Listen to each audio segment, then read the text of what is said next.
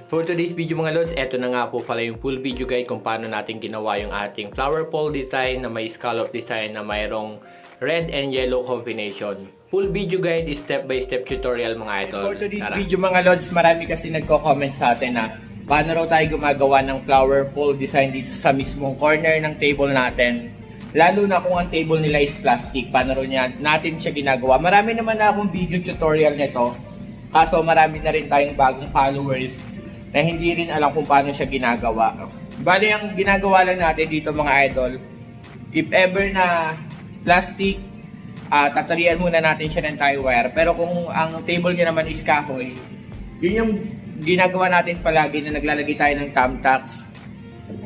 Maglalagay tayo ng thumbtacks sa dalawa.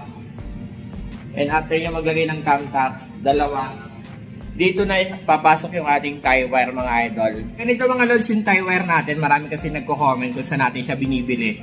Yung tie wire is sabihin nyo lang, sa hardware natin siya binibili, sabihin nyo lang po na tie wire po yung mas manipis sa alambre. Alam ko per roll nito is nasa 15 pesos.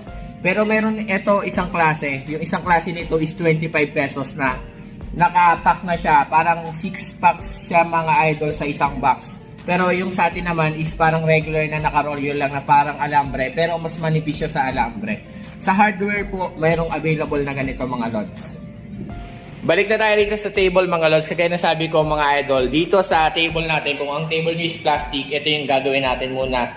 Dito is magpo-fold lang tayo ng cloth natin.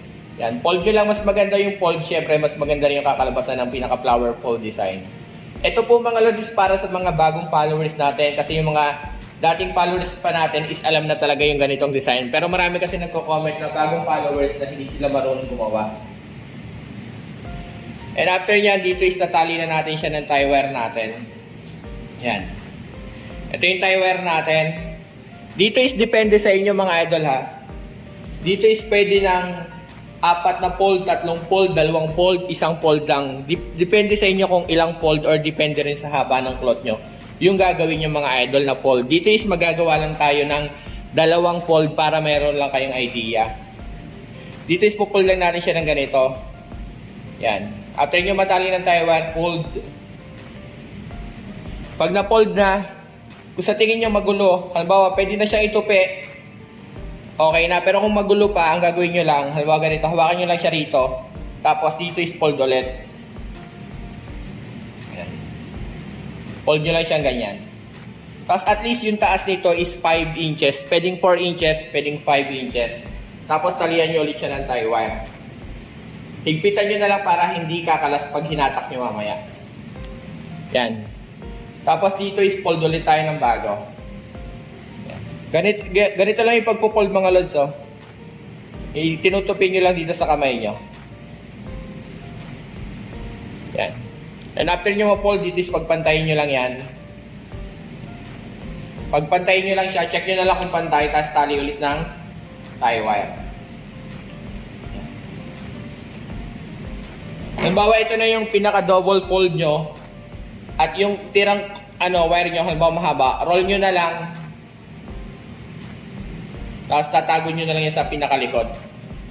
Hindi na yan mapapansin kapag pina natin. Dito naman ang gagawin natin sa pinaka-red. Lalagyan na natin siya ng pin. Ito mga lods kung ang table nyo is plastic. Yan. Ito yung top cloth. Tusukin nyo lang muna yung red.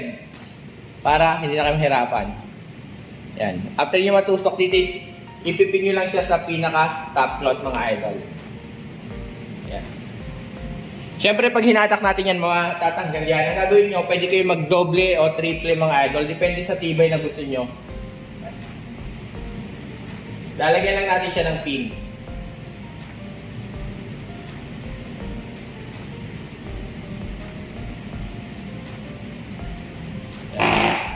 Bale, ito na yung double fold natin mga idol ha.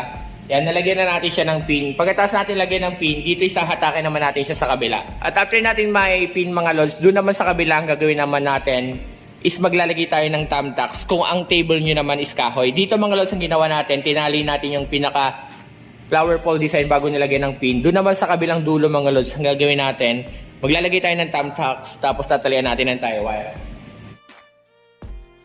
Bali, ganito lang mga lods. So, maglalagay lang akong dalawang wire, dalawang thumbtacks, tapos tatalian nyo lang siya ng tie wire, tapos iikot nyo lang.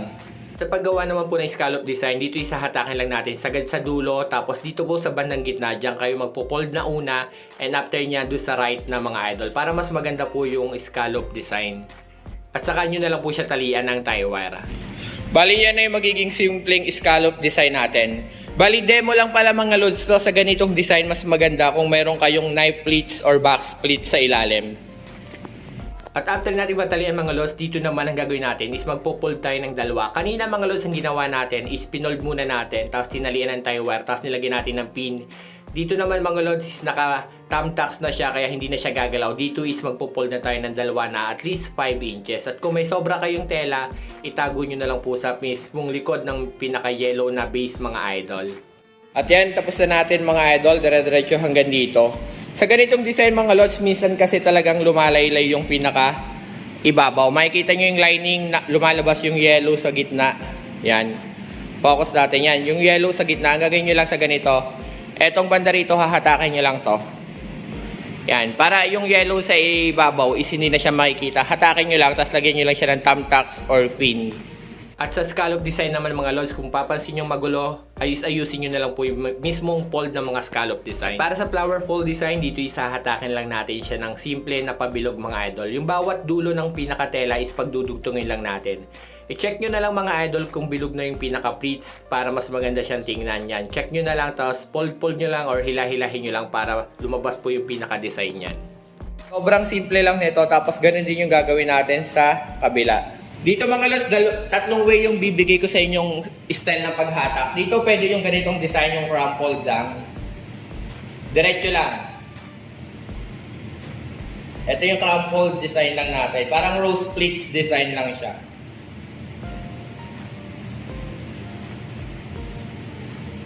Sa ganitong design, mas maganda to kung mga 4 or 3 piraso. Yan.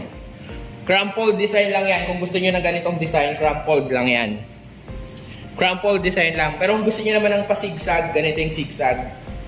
Ito na yung dulo. Yan. Pupold nyo lang siya ng ganito. Bubuin nyo lang yung pasigsag. Hatakan nyo lang siya ganyan.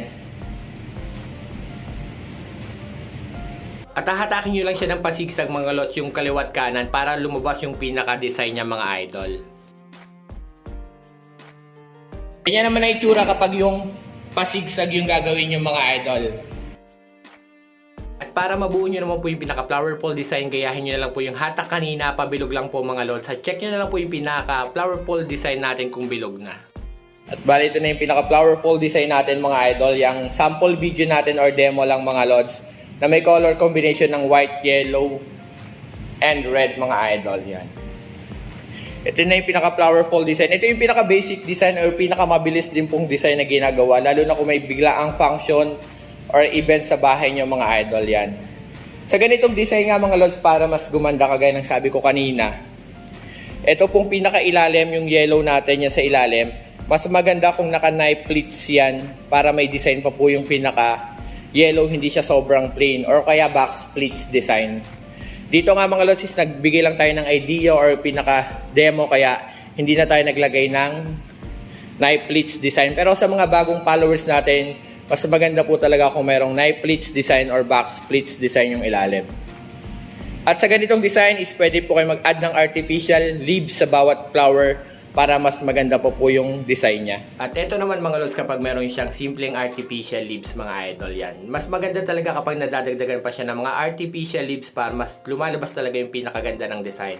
Sana nakuha nyo, i-comment nyo po sa baba kung hindi. Follow for more at huwag nyo po kalimutang i-share. Hanggang dito na nga lang po. Maraming pong salamat.